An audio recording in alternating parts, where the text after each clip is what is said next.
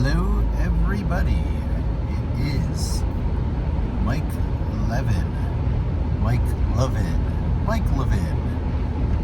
on Sunday, February 7th, 2021 at around 11:15. Do they still say that? Quarter of? Does that make sense to anybody out there? Am I that old? 50 is not that old, and only a half century old. And I feel like I'm just my 14-year-old self. If I think back to when my first sufficiently meta thoughts existed, such that they exist like a data-based state of mind, indexed, captured moment in time. All I have to do is think back. Oh, what was I doing when I was 14? Well, I was getting ready to look like I was hot stuff by the time I was 16 by having a nice convertible car. My dad had a convertible T-Bird, a Ford Thunderbird, and I figured I'd go for a Mustang. And the really classic ones, the Shelby Mustangs, were still too expensive by the time I was shopping for them. And so I ended up going with the Boss model, the 1973 Boss style, meaning it was like a big Camaro-looking Mustang, which used this big, what they called Cleveland 351 engine, which was kind of a drag race car engine, stock race car engine. And it was the last of the muscle cars built before the oil embargo of the 70s and everything got small and cheap and car quality dropped. So, I researched this thing and I, used the summer when I was 15 years old to refurbish this thing, a lot of what they call Bondo.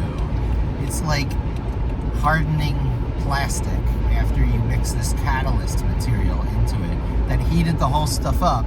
And so you globbed it on over where places rusted out.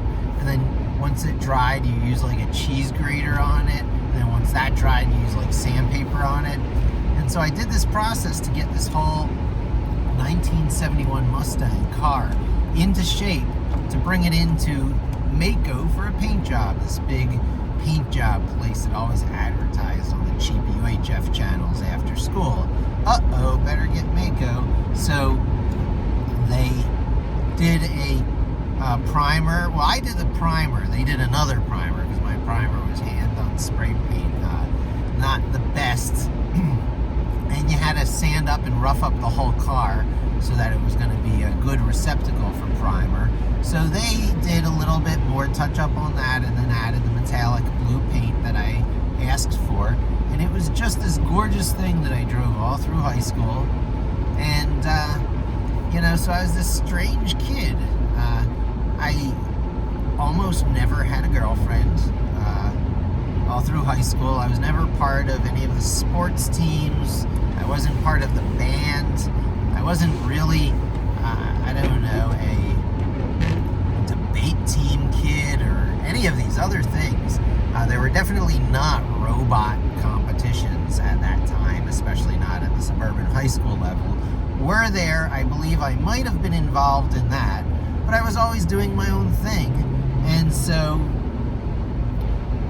my interest never got intensely sparked off over things, and I was never led to,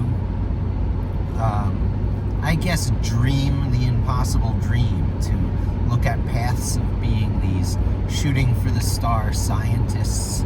Although engineering was a thing, and I started out in engineering in college. So I went to Drexel University for engineering, and I shook out of that first year where, they weren't going to hand the keys to the kingdom of an engineering degree to people who couldn't do load balancing math on bridges, or else bridges would collapse. So, in general, it's calculus and physics. I think it's Calc 2 and Physics 1 that shake people out. So you don't get physics in your first term of math. other things that sort of work you up to it. But by that time, you're in Calc 2. So you're in Calc 2 and Physics 1, and that kind of 1-2 punch there was enough for me to go, no.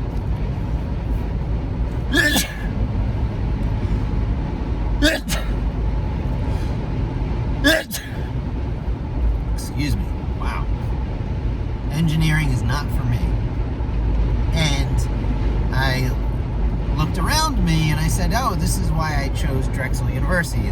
They also had this other department or branch. At the time it was called the Nesbitt School of Design. They renamed it since. But they had some interesting people of notoriety there. One of my favorites is John Langdon, who does those reversible logos that you might have seen in the movie Angels and Demons, that Illuminati reversible logo. I went to college and was a student of that guy who did those logos, who also knew the character on whom Dan Brown's Robert Langdon character was based, or was that person. He was one of the people on whom Robert Langdon was based. So his name was John Langdon. It is John Langdon. I bought my canoe from John Langdon, which I still have to pick up from my Poconos place. How crazy is my life? I have a canoe underneath a bungalow in the Poconos that I have to pick up, but I got to go through the rigmarole to make sure my canoe trailer is legal for the ride. So with situations such as it is, I have not been quick to get in and do some stuff I need to take care of. But I'm ready to now get my canoe and do some canoeing on the Delaware, such is my life. Where was I? Wow, I subnested a lot of times. Well, subnesting, yeah, data, transforming data. What's on my mind lately is that I have to really put a finer point on my online presence here, what I'm doing with these talking to you videos, and in a broader sense what I'm doing with my career. Idea being, there are so many subspecializations in, say, data, that it's easy to embrace, well, let's say go broader than data, in technology. The advantage of being in technology today, of being, in other words, a knowledge worker, is obvious and profound. And I would include in that many areas of design work and communications work, because it's not just pushing data around, but anything that you could do by talking to people and showing people things can also be done online for the most part. There are certain things that have to do with physical product for which you have to be there in person, can't get around it, especially delivery of services and such. But this period of time we're going through, this testing of us, of who we are as a people, is also, fortunately or unfortunately, depending on how you look at it, exposing the inequality of professional career choices. If you have to remain out there, being places, doing things, meeting people, delivering goods and services, and you have no choice but to continue to be out there, to take the extra precautions, to be ready to quarantine yourself separate from the family, if God forbid you come down with it, to get yourself first in line for vaccine. There's so many things that go with being out there in the front lines every day in these areas where you can't, you can't shift your work hours. You can't, dial in to that meeting, and it's not even dialing in anymore. All these online presence, from chats to the new social media is drop-in chat talk rooms. Of course, they're just connecting the dots in a slightly different way. And it's easy to imagine the architecture of such a system. First question, is it centralized or is it peer-to-peer? What are the communication channels? When people are doing something that looks like streaming information to each other, the first question is, how does that data get from point A to point B? Is there a centralized server in the picture? If so, how is that working? Is it designed to scale? Because if everyone's going through the centralized server, it can go down. If you don't want to have scaling problems, you can decentralize and make everything peer-to-peer. How are things going to know where each other are on this vast interconnected network? How are things going to know what IP things reside at? Whether servers live at those IPs to listen for and respond to requests. The way you build technologies today, one of the key splits is, does it have a web server / service and also, quote, microservice aspect to it, architecture to it? Is it something that can be chopped off from the rest of the system and have just a little bit of communication back and forth and be a loosely coupled, highly interoperable component, so that you can someday take out that bit and replace it with something even newer and even better, so long as it abides by those same communication protocols? And if the answer is yes, you can build it so that it works that way. You want to say, I want to do it that way. That's a good idea. It's always a good idea to make the most important aspects of your project communication-centric. How are things going to talk to each other? What is the nature of that data that's going to go back and forth? How's it going to go between these two people who are communicating with each other? Because at the end of the day, there can be infinite nodes of stuff on a network, on a graph. There's more pages on the internet than there are human beings on the planet by a long shot. Now, there's only 8 billion or so people on the planet. I say only 8 billion.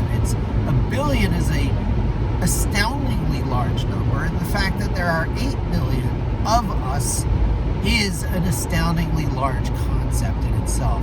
I think a lot of us fail to internalize exactly what that means. So at any given time, anything that you can imagine is almost going on somewhere in this world, because out of 8 million of us, statistically speaking, that same idea has manifested as reality somewhere with someone. So, get your kink on or whatever. The only question then is how to put people interested in subject matter A in communication with each other, person B and say C, or if we do Alice and Bob, because it's always about Alice and Bob talking to each other, how does the message M get from Alice A to Bob B? Is there a man in the middle? We already used M, question mark. And if the answer is yes, then a lot of answers are obvious about how your whole overall system is going to work. A lot of new questions propose themselves, but those new questions are secondary to the first round of fleshing it out. If it's going to be purely peer-to-peer, you got a whole different set of just, addressing issues. How do things find each other so that they can talk to each other? Is it going to be by IP? Is it going to be by IPv6? Will it support IPv6, in other words? Will it be an always available thing, or are there protocols by which things know when to reach out for each other? Can it use the domain name system so that addresses can be more humanly consumable and given to each other? And so,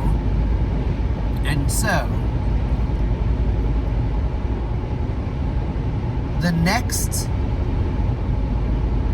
thing to take into account is that in the fact you're talking about information going between people, and the two truest,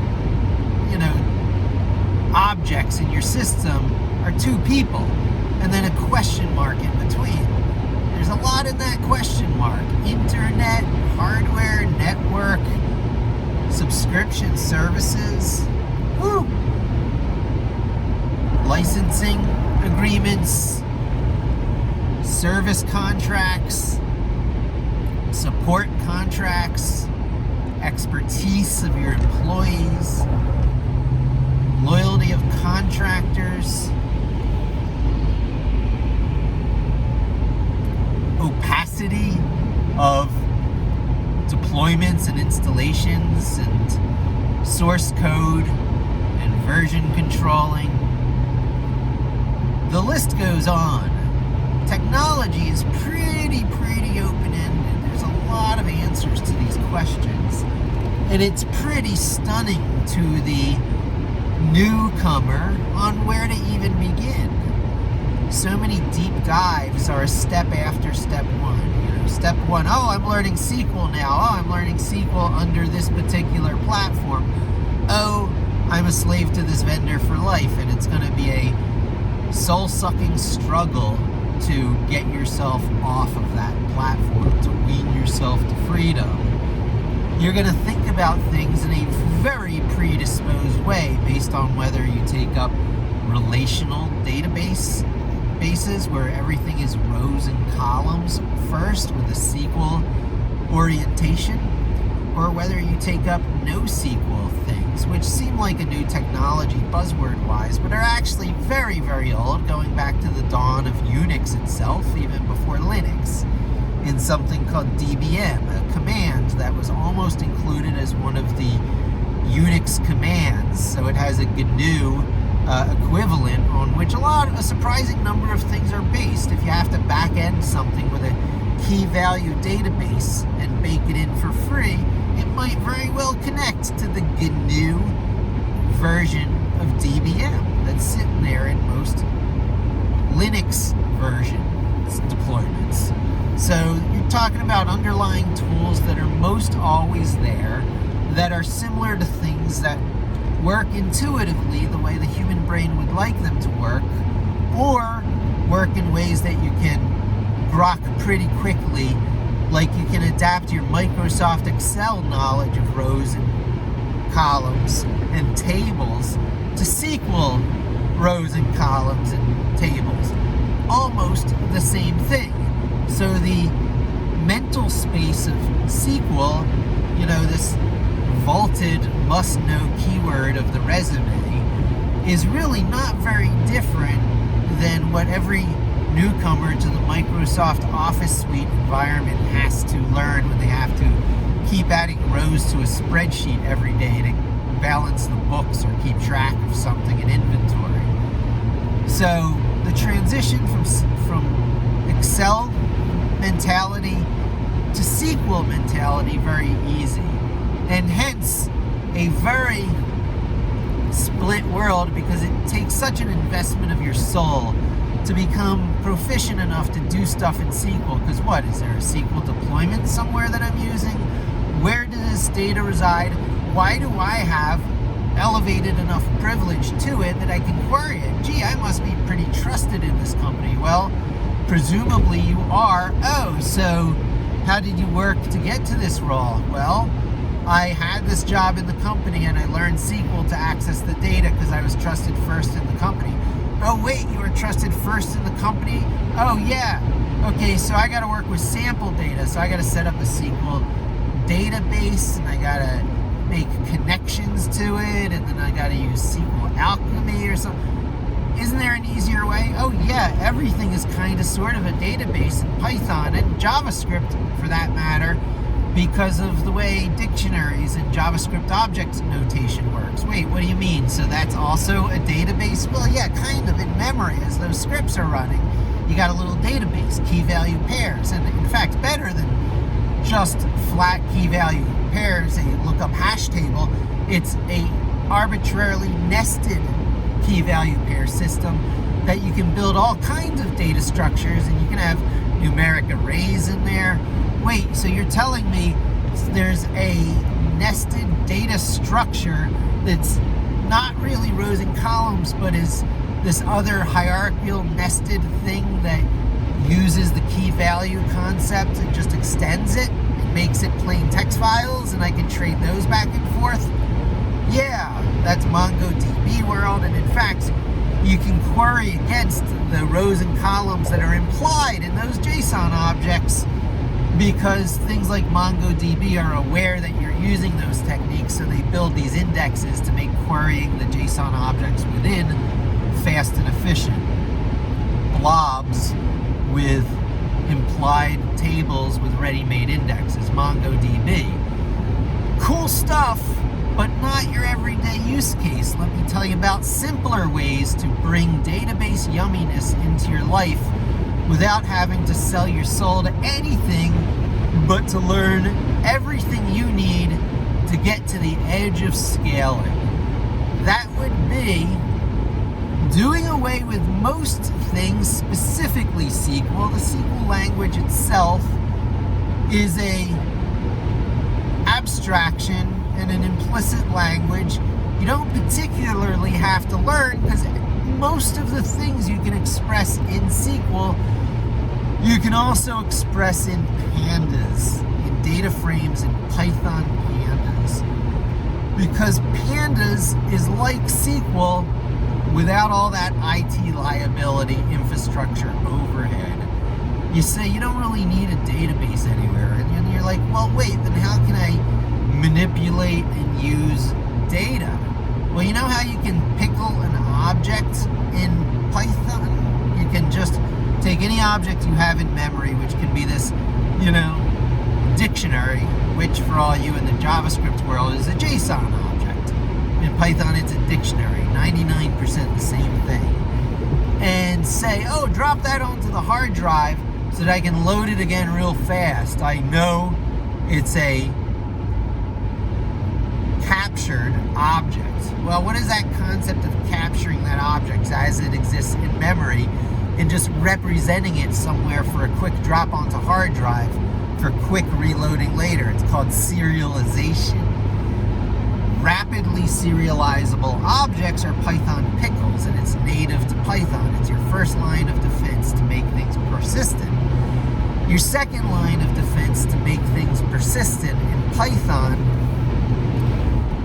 is shelves. Shelves simply do away with a lot of the typing you would have to do to get pickles preserved onto the hard drive. So if you want a whole bunch of pickles preserved in the one magical pass onto the hard drive, that concept in Python is a shelf. So instead of a rapidly serializable single object, you've got a rapidly serializable whole array of objects, because the native data shape of a shelf is itself a dictionary. So there are keys in the picture, which is an interesting, important bit to keep in mind. So if you don't like having to have keys, a shelf may not be your API, but it's basic NoSQL. It's basic NoSQL. A database where you put in a key and you get out a value, and that value you get out can be an arbitrary type. So it could be a JSON object for further parsing in turn. It used to be popular for those things to be XML objects. There's such a thing as it being a blob, a binary large object, which would be typically a video meta data file. It might have its own embedded headers and its own protocol that it follows, and then it's encoded in one of the known encoding types, so that there's that bit of information to get it fully out. You got to know what encoding were those bits arranged into ones and zeros from. So with that encoding, you can get that binary large object out and make sense of it again as something that would otherwise traditionally be dropped onto a file system. So why not use the file system in the first place? And indeed, we do, in a lot of cases, just use the file system as a sort of quick, easy, free local database, which leads us to the conundrum: how do you treat things as a more pure data object ready for SQL-like manipulations, even under pandas, if you're not using an installed database, if you haven't incurred the IT liability of running a local copy of MySQL or whatever of the other dozen tricks out there existed to do this with the heavy lifting of having an actual database. Well, with the incredible power of the average laptop out there today, you can do a heck of a lot with your local computing power and memory. So you just say, I don't need the database anymore.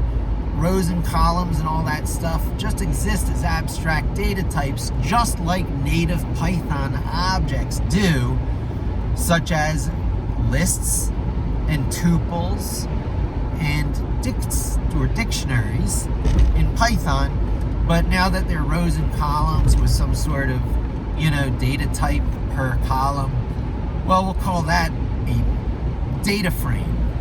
It will be modeled after other things that used this data frame concept to great effect, namely the free and open source R programming language that popularized a lot of these notions that Python Pandas uses in a more free and open source implementation. And I say more because it interoperates with a bunch of other ecosystems that Python, as a generic programming language, serves as the bridge between. So you're better off learning a lot of these data transformation abstractions under Python, because you can put them to work for you immediately under what first will be things you get with a click from a Jupyter Lab or a Jupyter Notebook. You get it from a Jupyter Lab. Shall I settle on the nomenclature of Jupyter Notebook? So when you press run on a Jupyter Notebook, you could be pressing run on that in either Jupyter Notebook or Jupyter Lab. We must always throw in the nuance that it could be a .py file under VS Code, because Microsoft is exactly that insidious with their embrace and display strategies, which may actually still be going on right now. Time will tell. However, Linux, Python, Vim, and Git, yay! Linux is the one language to rule them all, because it's not really so much a language as it is a universal API, application program interface, that is incorporated at the operating system level. So if you want a system of operation that's a lot like computer programming or coding or automation that works at the lowest level, you can reasonably be expected to step in and take control of 9 out of 10 modern hardware platforms, regardless of other details, regardless of cloud, regardless of Unix versus Linux. Well, maybe not that one, because this, what I'm about to tell you, has a heavy Linux bias, but it is called Unix script files. .sh for .shell. Okay, so they're shell script files, but 9 times out of 10, your Unix compatible Linux script file will also be a bash script file. A script file written for the expectations of the bash terminal, which is a form of an API. A type-in terminal is an application program interface between you, the human being, and the machine. So when you hear all this talk of APIs, the first moment you learn to step in and log into a remote server through Teleterm or SSH, which is modeled on Teleterm, and log in ls to see what's in the directory where you are, to pwd to see where your current working directory is. That will show you your where you are, the full path, and then to cd ... to step 1 directory up, you are interacting with a system through its program interface. You're using an API. So the one API you should learn to use first is how to, typing-wise, log in to a remote server. So you should take a crack at Linux. You should Google Linux.com, go ahead, download it from GitHub, unarchive it, and see if you can log into Linux. If you get the command about the obsolescence of SHA-1 and the command you have to add to the SSH command, and can get through that, more power to you, especially if you're using PuTTY on a PC. So the most old school thing to do all this is on any Windows system, get putty.exe from anywhere. It's a long established binary, very safe to run. A wondrous modern hack would be for someone to replace what the widely distributed putty.exes are with something malicious. Oh, I didn't say that. Don't go doing that somewhere. But you use putty.exe to SSH in to some remote server. In the case of Linux, it's to a tiny remote server that's working non-remotely, that's working locally on your desktop, that's running remotely, whether you're running a Windows desktop, a Mac desktop, or another Linux desktop. Linux still runs. The console goes, the little type-in window comes up, and you can use something like PuTTY to connect to it. You don't have to use its type-in window. You can use its own QEMU-provided console interface as a way to interact with Linux, but no, you don't have to. You can use PuTTY to connect into it. It is the one exercise all people must do to indoctrinate themselves to the world of Unix terminal, right? Now, there's another process I'm going to teach you because I got a new laptop. Yes! After all my talk about the Microsoft Surface Pro 2, which is the portfolio model, a rather kooky design, Microsoft's highest-end laptop as of 3 years ago, that I've had for 2/3 of that time. I've enjoyed for more than 2 out of those 3 years as a little gift to myself, has slowly been falling apart, a little faster than I'm happy with. As high quality of a build as it truly is, and kudos to the Microsoft hardware team. They pulled off some miracles with that design where the tablet part detaches and can flip around. But after a few years and a repair or two, it fills you with terror to flip that around to get the preferred, tablet using or TV watching configuration. And you go, it'd be just so much less stress in my life to just have the old design, the old clamshell design, where maybe you can flip it around all the way like a Lenovo Yoga. However, I don't really even need that. A stylus is nice. I'd like to still have stylus and touchscreen.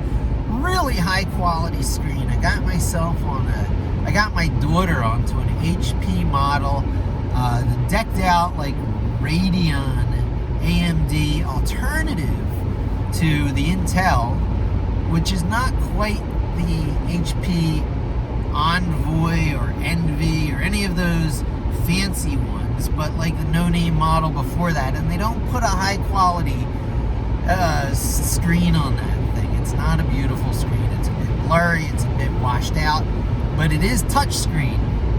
And occasionally it's nice to touch that screen. It would support, say, the bamboo stylus, so you can do artwork on it. It's not totally flip-aroundable, but it supported Sims 4, which was important for my getting it for my daughter. So I would not go with HP again because I don't like the way those power connectors work. They're a little bit flaky. The third-party ones, you have to get super powerful third-party power supplies.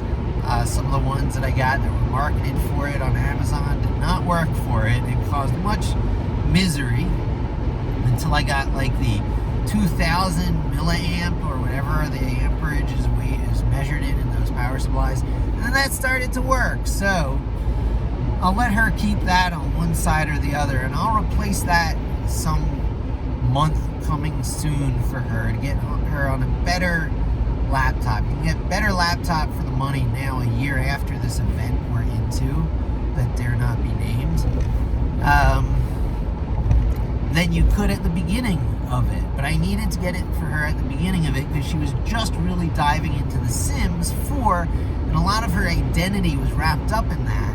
And I had to start teaching her the lesson of don't invest your heart in hardware, because hardware comes and goes for 1,000 reasons. It's the information you're nurturing, gardening on that hardware that's important. And the way you can move that information from hardware on platform A onto hardware on platform B, the more painlessly and cost-free you can, and seamlessly, without like hardly even thinking, you can do that, the better off you are just in life. You make your heart and soul flow from machine to machine, and you make it not very important what your particular instance, your special particular instance is that's running, that you happen to be getting used to, like your own very, very special hardware, your own Stradivarius violin, your own specially, crafted for you samurai sword. Can you imagine the, customized tool feeling? The customized tool feeling PC modders, people who put together their own gaming rig, get from sourcing their components and putting the components together just so to get the best, most awesome platform for running Fortnite, and the kick those people get on that customization. Imagine the kick that people must get who are, let's see, where was I going to go with that? Designing things that can instantiate on different hardware over time. Yeah, so to make, samurais. When samurais went to the ancient samurai sword masters to get a new sword crafted just for them, what a big kick that must have been to get the master of a tool building craft to build the tool for the master user of the craft, the samurai warriors themselves. And these people were working at such an elevated level of craft that I can only equate to the people like Linus Torvalds making the programming language that runs on a platform. People like Guido van Rossum, who makes the programming language that runs on the type of interoperable software platform made by Linus Torvalds, so that you have something like Linux that works as an interoperable, almost virtual machine in nature. You see, the role that the API, known as Unix, more commonly thought of as Linux, more accurately thought of as initiating processes through bash shells, is the one programming language to rule them all.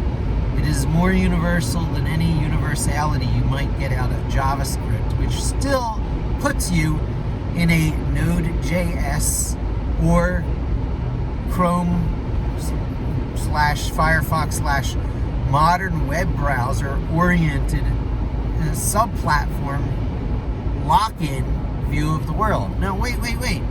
If you go to Python instead of JavaScript, you're telling me that the command line is not its own form of subsystem lock-in, exactly like the web? Well, yeah, honestly it is. However, it's a more automatable and more robust and a lighter weight and a more, rigorously testable, hence repeatable, hence scalable, hence trustable, ... The list goes on. Way of doing a thing than doing it in other ways. So if you can make a small computing unit of something, call it a Linux virtual machine, or since we can put some such well-known sized pieces of hardware to concepts of things, a Raspberry Pi sized computing unit. So that has to mean a few things. It has to mean something like versioning system, because there's been a lot of Raspberry Pis by now, there will always be a number of competing hardware specification platforms. You want to go for a nice abstract one that'll do it for you 9 times out of 10. This was part of the allure of the Java runtime engine, the JRE, and the promise of Java once upon a time.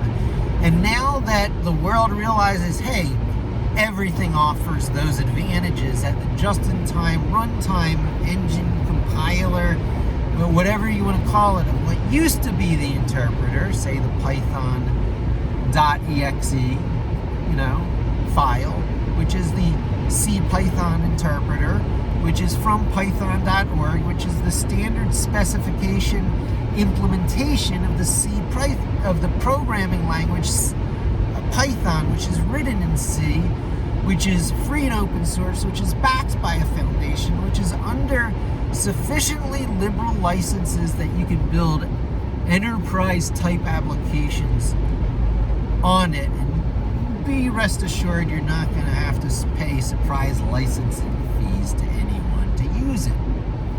So it scales well, and it's easy to understand, and it's easy to introduce the beginner to. And it's close enough to JavaScript that a lot of the things people really push for and peddle in the JavaScript world, like the use of the JavaScript object notation or JSON file for data interoperability, are very easy to accept in the Python world. You go, okay, yeah, JSON, I'll use that. It's just one line to convert a JSON object to a native Python object. They're 99% the same thing. So all those concepts are familiar. They even have similar concepts of arrays, even though the way they're handled internally might be significantly different. Because in Python, you will encounter lists and tuples and dictionaries first before you encounter an array proper.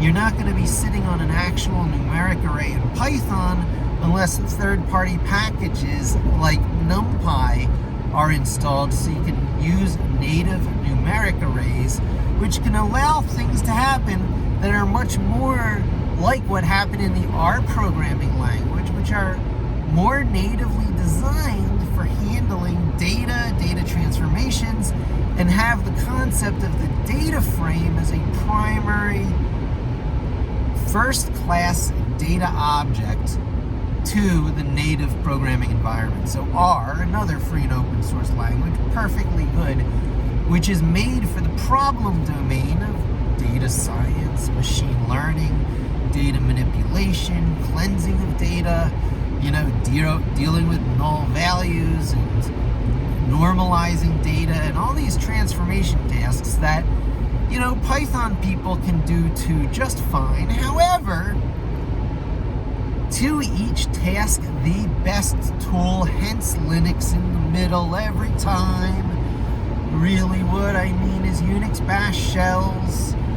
Really what I mean is Unix bash shells are only really getting you far enough to get your system running so that something better than that can be running the picture, which means there's a special tricks on most Linux systems that you don't even need to make a Unix bash shell first, because that's from the old init.d world that Arch Linux and Gentoo or Gentoo and a few other old school holdouts like that still adhere to, because writing all your daemon start and stop files in native Unix script is a lot more pure and consistent with the spirit of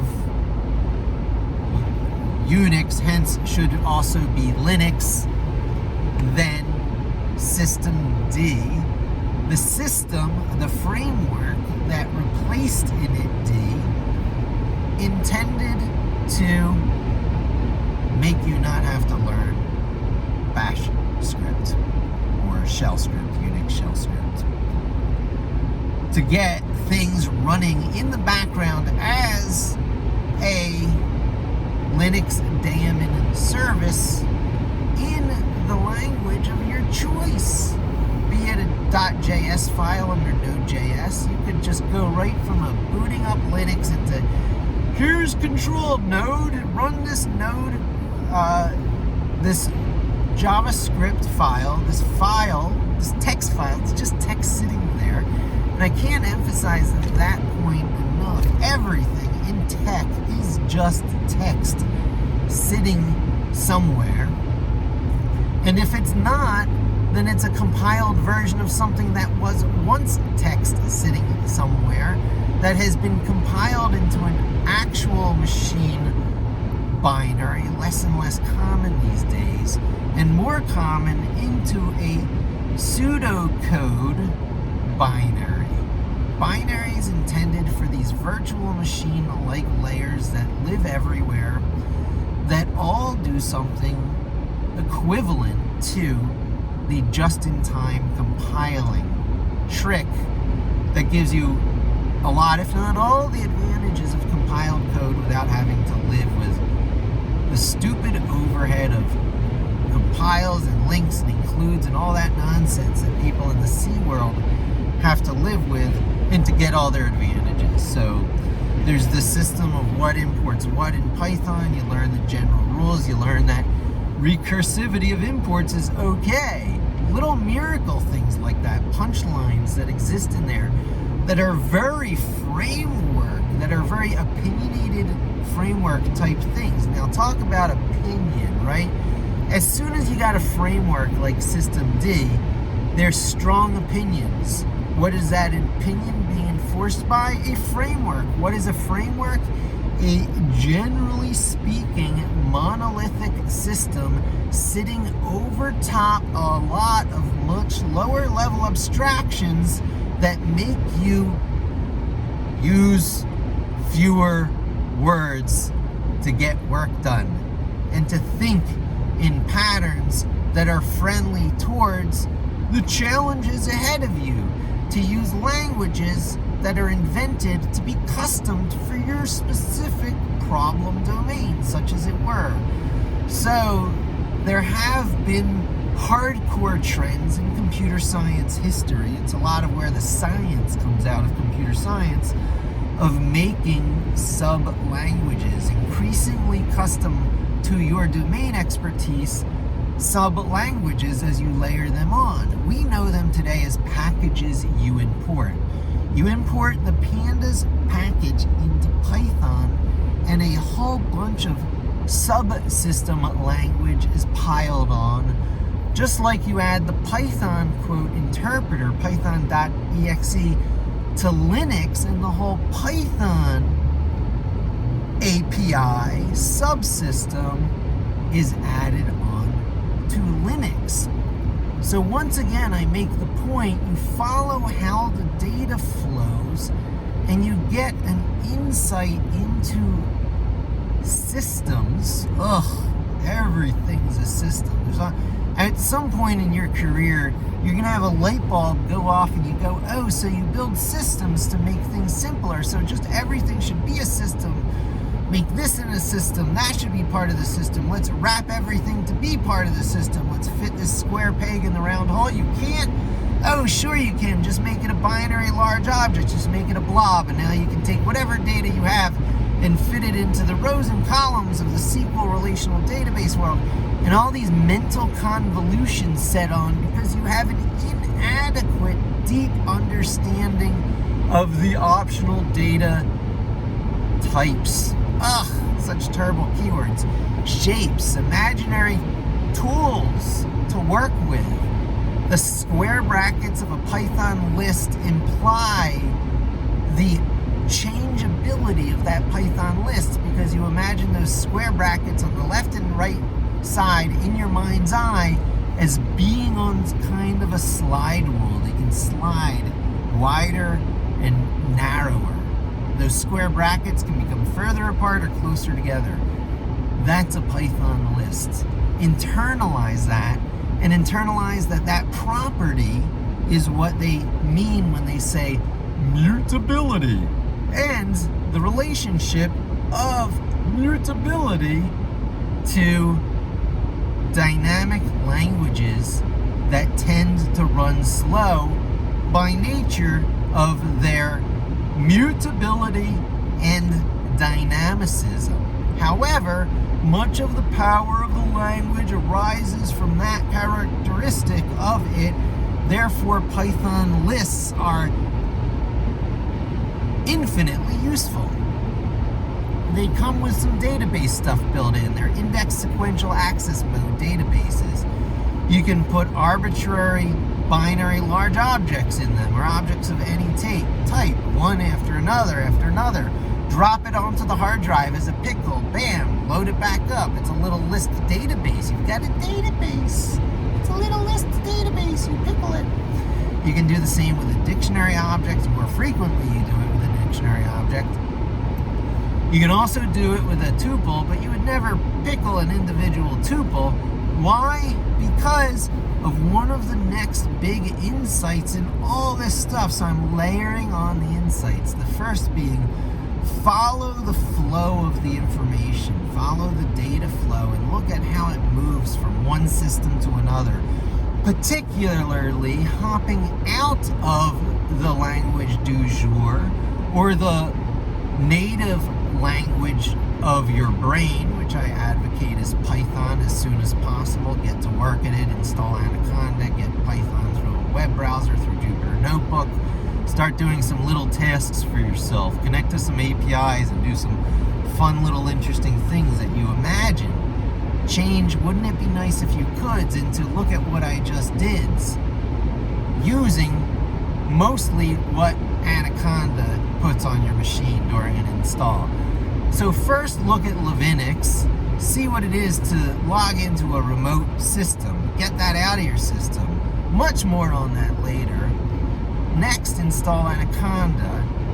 Get some Python running, even if it's just hello world stuff, in the web browser under Jupyter Lab, or optionally under Jupyter Notebook, both of which will be accessible through the pop-up start menu of your Windows system. When you click your little cursor, your little pointer in the magnifying glass, just start typing Jupyter, J-Y. Just type J-Y.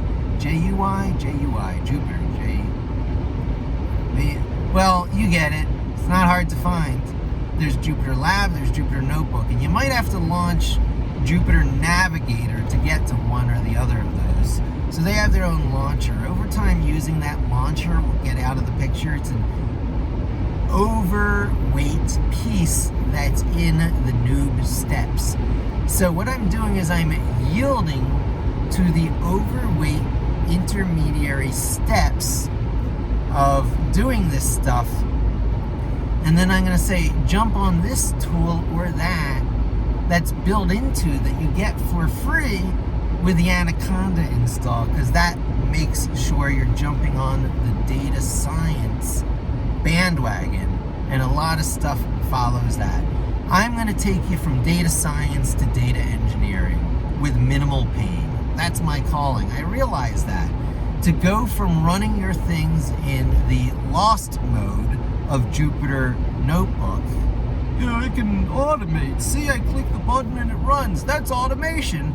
To the truly automated world of, well, actually, it's running over here on this Raspberry Pi as soon as it starts to boot up, because I put this file in location in this system folder under my /etc directory, under the context of admin, so I had to get elevated privilege to do this.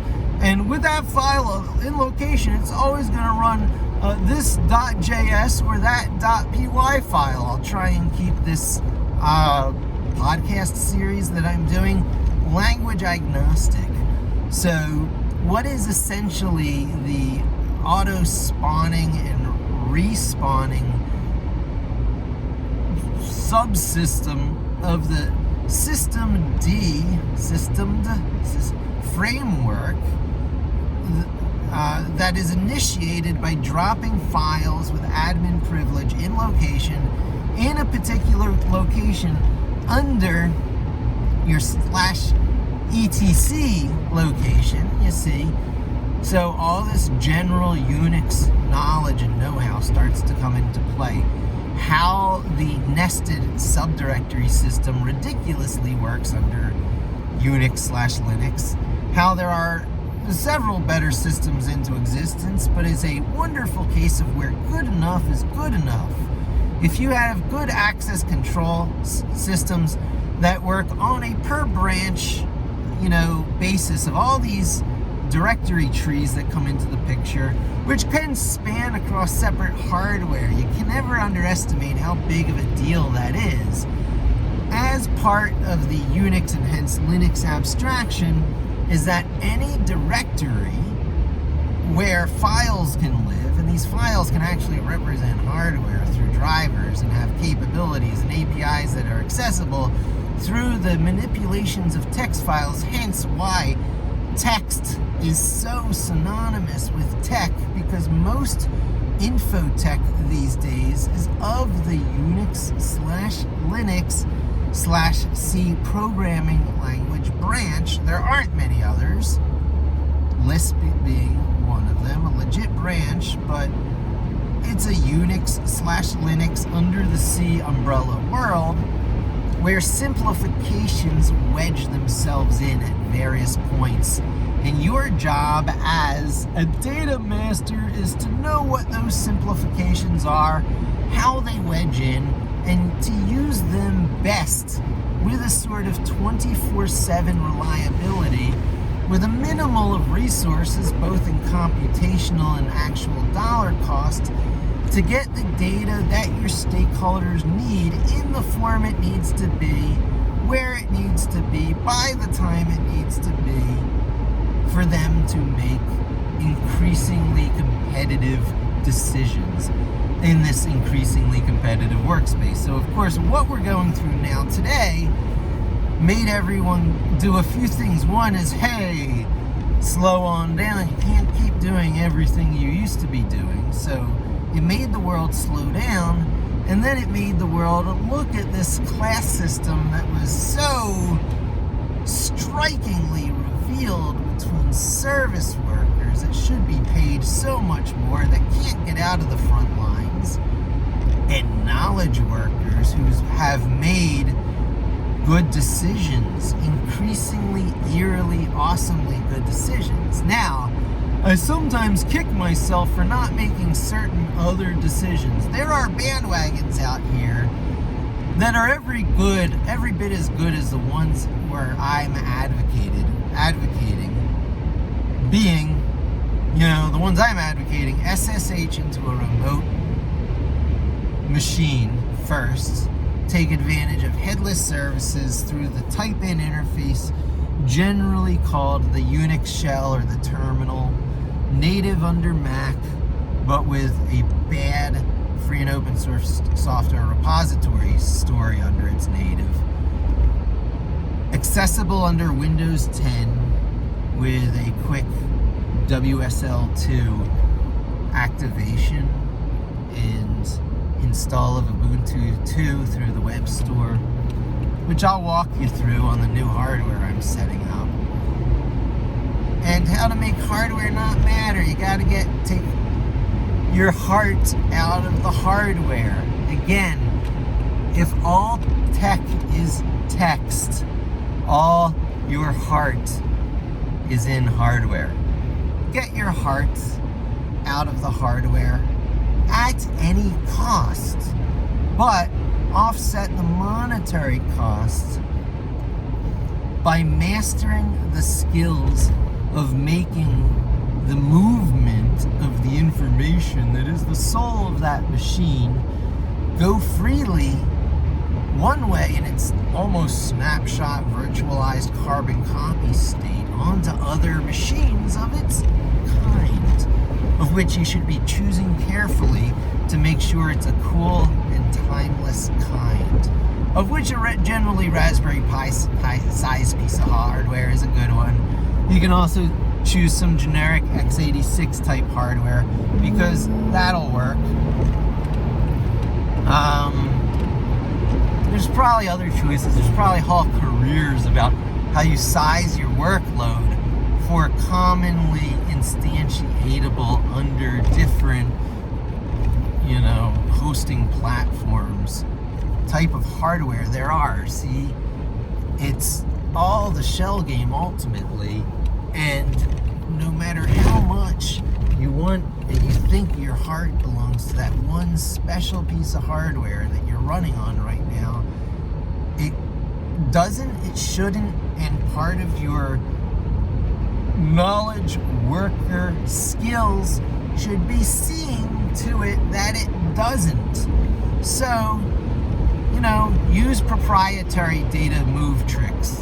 I would not downplay the awesomeness of things like synchronization tools, Dropbox, increasingly less popular Dropbox, in favor of things that run in more of a private backup,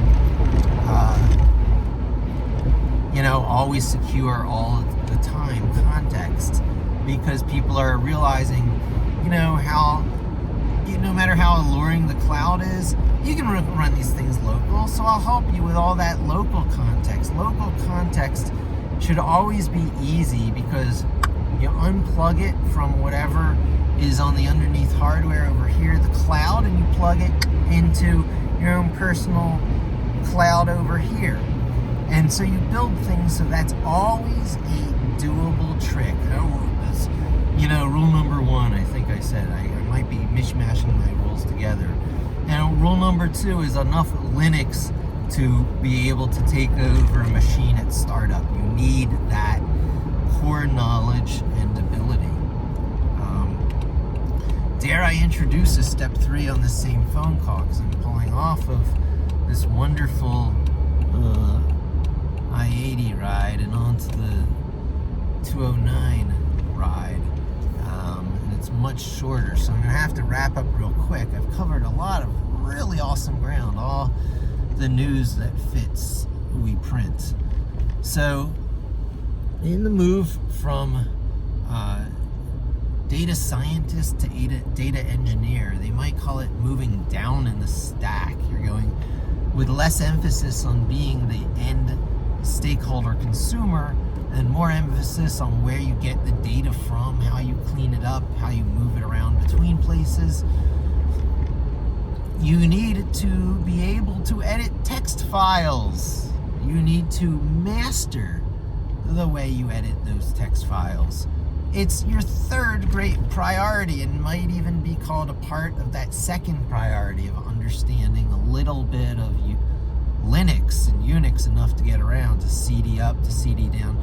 Oh, the first is SSHing into remote things. What did I say the first is? The first is SSHing into... loosely coupling. If you can SSH into things, you are loosely coupling things so that you can... there's always ways. I hear there's this new thing, Arrow, that even if you're using, JSON files in... Node.js and you need to move them into JSON and Python instead of dropping them as text files on the hard drive, you can use this interoperable package software called Arrow to do that. So it's not really a job queue, it's just a transparent interoperable communication mechanism that should almost be provided by the system and is in a way through the file system. But file locks and sharing, why not have something that deals with all the talk to each other file locking protocols automatically and just let data interoperability? And they do, and I believe it's called Arrow. I'm going to look into Arrow. That could be useful to me. You always got to be able to save and load and save CSV files, all the data transformation and loss of data type resolution that comes in there. There's all these other tools, DBT. I was just listening to the latest Talk Python to me. Check it out. They had, I think his name is Matthew Tobias there, the guy who works at MIT dealing with all these data transformation problems, and he gives such a great rundown. My plan to have Dask, D-A-S-K, Dask in the picture is a good one, because after all the hype of MapReduce and Hadoop type systems settles down, you can just continue to use at, shall we say, the framework-like level, at the same way by this time that you're using Python, certain parts of Linux, pandas for row and column, Excel, SQL type stuff. You can use at that same foundational level Dask, and that brings parallelism into one of the core things you learn here. But before I jump into the Dask story, because wow, I'll be home before you know it if I go that path, I gotta back up to the editing text files. Linux, Python, Vim, and Git, I suggested all of it several years ago. Aloft, lo and behold, Microsoft bought all that I suggested. Give a moment to have that digested. Everything except for Vim. For that, there's VS Code. Oh my God. The decision whether to not to use VS Code, how much of the muscle memory of your career you invest into that versus Vim, the very steep learning curve Vim, which I am faced with a question now. My wife, Natalie, said to me, I want to journal like you do. One text file, pushing it down forever for the rest of my life. And I said, yeah, wow, that's something that's really of like interest, huh? It could be of popular interest. And she shrugged her shoulders. It's something she wanted to do. But what am I going to do now? Teach my wife Vim? I'm going home now, having to decide and answer that question on our new laptops that we replaced our old, Surface Book Pro 2s with just Surface laptops, Surface Book laptops, Surface Book 3 laptops. I got it right. 2 13-inch Surface Book 3 laptops, complete with styluses, keyboards built in, so I don't have to worry about balancing it on my lap at night. I use it as a true laptop in bed. It's more important to me to have a laptop now than a tablet. It would be redundant with my wife's iPad and my daughter's iPads if we got yet another tablet. As tempting to me as the Surface Pro X, version 2 with the SQ2 ARM64 processor, I went with a plain old i5. I will have no compatibility problems. I'll go through with you in a capturing the process, going back to the talking head screens. In stark contrast to these driving videos, the settling into new hardware, and my thing will really be taking form in talking about things in such an abstract and in fact deep level in a podcasting way here on these. And perhaps I'll start podcasting again. Maybe I'll try and bring my old iTunes channel back to life. Ooh, would Michael Kennedy barf at the idea of that low quality audio guy coming up top in iTunes store when you searched on Python for the few months that I did. That's when someone from the SEO field, someone skilled at the SEO field says, hey, if I wanted to do a Python podcast, could I be at the top of the listings? And within a few weeks I am. However, having proven to myself I did not continue to plow myself into those channels because I like my day job and I do not have leftover energy to do podcasts. Hence why these things slip in on times like this drive. I'm not going to make it my primary in my free time thing. That goes totally and completely to my wife and kid.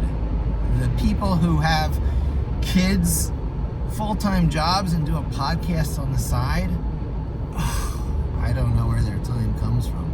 I enjoy my sleep, and I enjoy my staying up late into the nighttime occasionally time, making time go weird, going into the zone, enjoying the flow, taking away other people's right to interrupt your flow, and a whole host of other things that go under the artistic column that tends to be incompatible with learning Vim, bringing this thing full cycle. Do I go with GVim, graphical Vim? Do I go with the free and open source, fully, text file, been around forever, pee in the pool of tech anyway, tools of tech like Notepad++. Notepad's built in. See, honey, you can use Notepad to do it. Try that. Oh, you want something better? Well, there's this free and open source alternative here called Notepad++. It brings all this other stuff. That could be nice. Or there's all these other third-party packages. It's a PC, so I guess Sublime is an option, as is Atom. And I could look into those that are really for more of a pure writing environment that give you the focused full screen environment. But by that argument, Visual Basic VB Code does that too. Maybe but there's so many menus and that's so confusing. No, you wouldn't want to introduce someone to VB Code, VS Code for daily journaling. Vim seems so appealing, but all those keyboard shortcuts, oh my God, could you really do that in good conscience to a wife? I'm going to show her Vim, and I'm going to show her what old school is, and say you could start out on graphical Vim, and if you ever wanted to take the step to what I'm doing, it's an easy step. If you want a nice writer-oriented, focused writing environment, you can do one text file for the rest of your life, pushing it down forever. You just get a good memory efficient one. I'll research it. Maybe Stephen King uses one. We'll find out what he uses.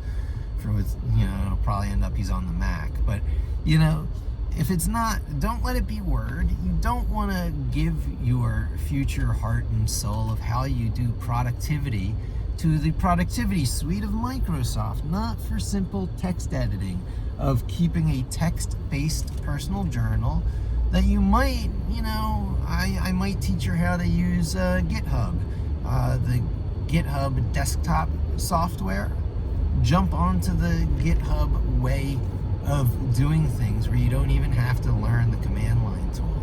Can you get many of the advantages of the text parts of what I'm proposing while using friendly, long-term, free and open source tools, maybe that you could express your support for, but which will never go away, which are not single platform. I would offer up the TextMate story. It was the text editor du jour on the Mac for a while. To this day, it has popular followers, but they dead-ended certain things that really left their installed base high and dry, and they might have broken off the older version as a free one. I'm not really sure, but then what if you want to go to the Mac, or go to the PC one day, go to Windows? You can't take TextMate over. You can do that with Sublime, and you pay the, I think, one-time license fee, and then you can keep re-downloading it. But then you're, really dependent on this one, probably one developer, maybe a team, to update it and to keep it up to date over the years and to support all the different platforms. Or you can go with something that is more multi-platform by nature, that easily compiles across all platforms and forever will. But if you ever go to Mac, things like Notepad++ are going to feel totally out of place on the Mac. So again, the argument comes back to GVim, the graphical version of Vim. Ugh, what a weird way to go. Can it be used not feeling modal? Can I introduce the concept of modality in a text editor, such old school things, to someone who really just wants to keep a daily journal in text and push their entries down in one text file for the rest of their lives?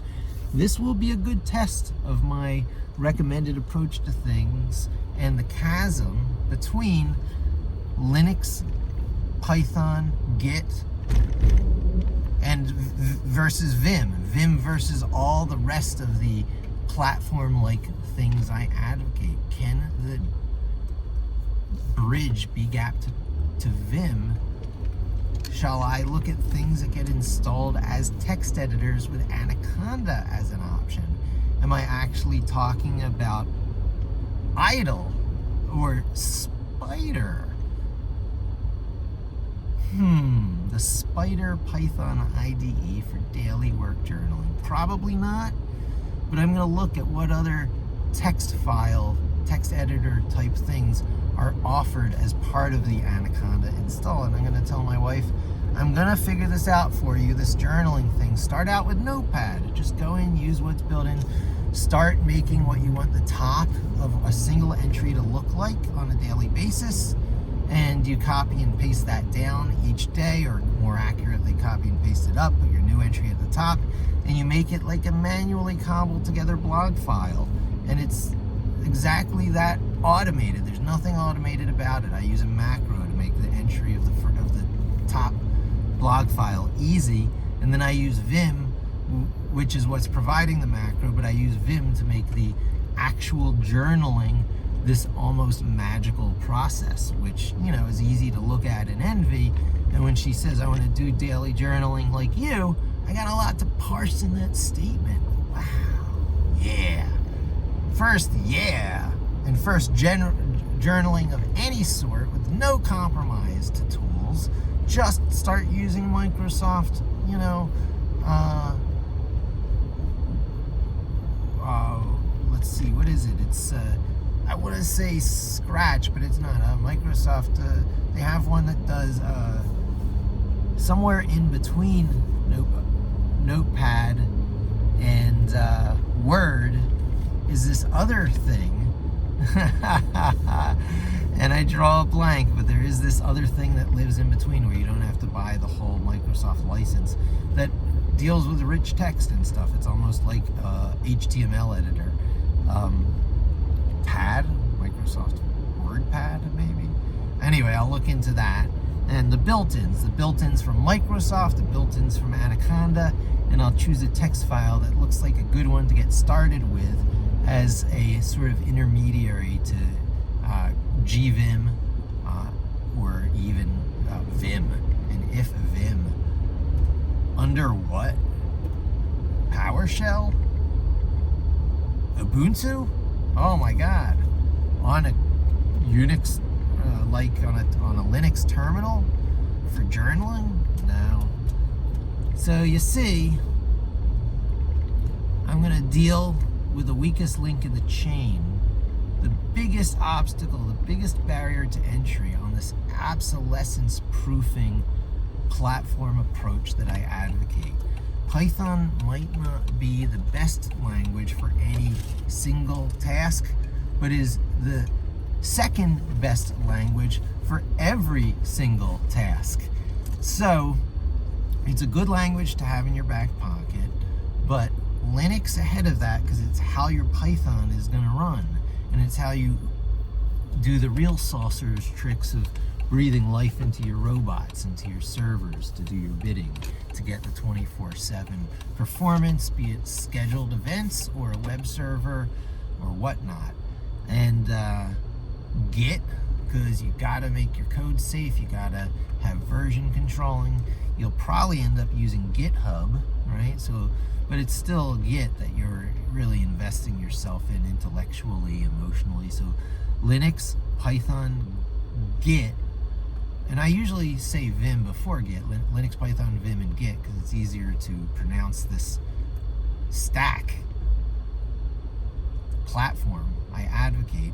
But Linux, Python, and Git are the three that are going to come pretty naturally and be no-brainers at this point. Microsoft bought all three.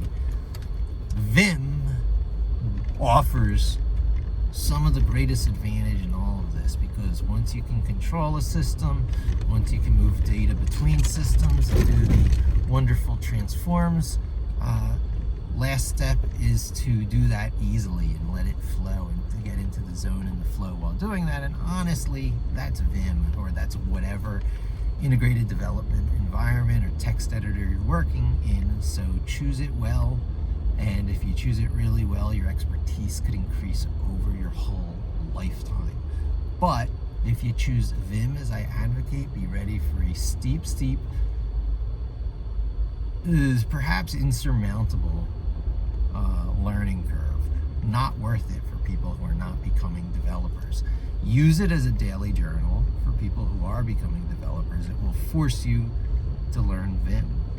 And get something that is at least as free and open source and cutting across time if you're just editing text files cross-platform and want a nice friendly WYSIWYG. What you see is what you get, so it works like you should expect.